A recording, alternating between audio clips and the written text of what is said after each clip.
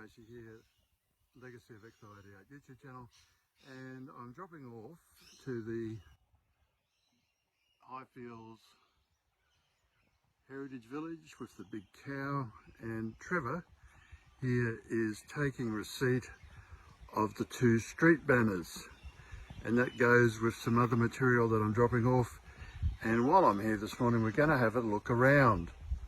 So, and I should have said that we're at the Highfields Pioneer Village, and it has the mandatory train station, same as the Caboolture Historical Village, set out in a village type setting, but with some unusual features. And directly opposite us is a cookhouse, which is very interesting. These places have quite amazing history, and you're going to get a surprise when we go around to the front of this stone cottage, or stone building I should call it, because it is literally a cookhouse. So of all the people I run into, here's Ray, the Bobcat forklift operator who picked up the 2 searchlights.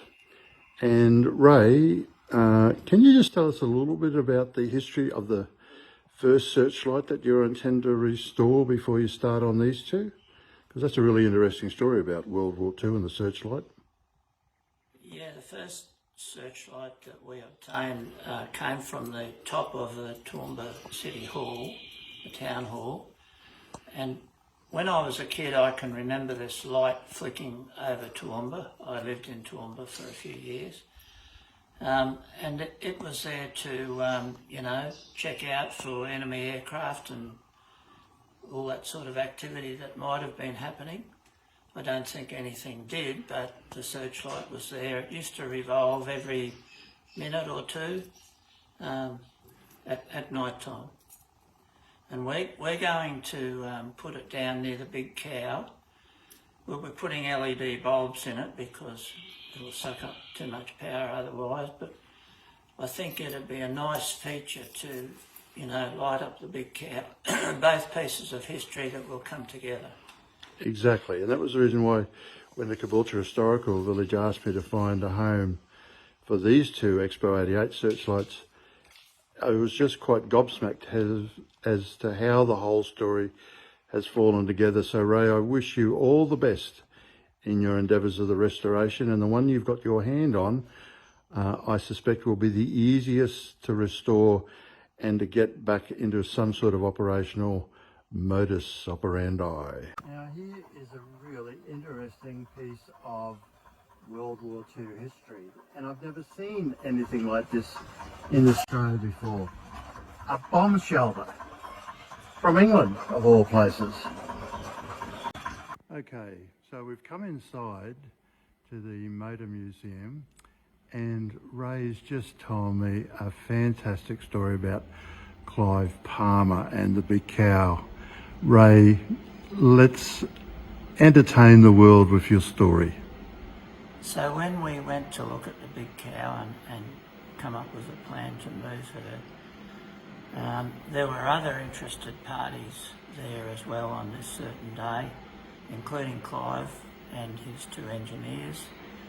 The engineers were up inside the big cow when we arrived, and everyone was having a yarn about it down at ground level, and the engineers came out the big cow down the steps and said, "Impossible, she cannot be moved," and went like that.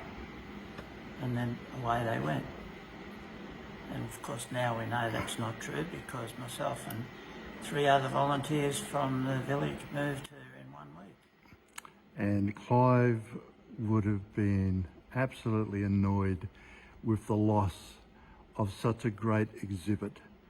And that is such a great story. Thank you so much, Ray. So as we finish the visit to the Highfields Pioneer Park, I'd just like to appeal to the local residents of Toowoomba if they have any souvenirs from Expo 88, the Pioneer Heritage Village here would absolutely love them to build up a display and keep the memory going of Expo 88. This is just another wonderful example of the sort of heritage and history that the Highfields Pioneer Village strives to keep and maintain. Quite amazing.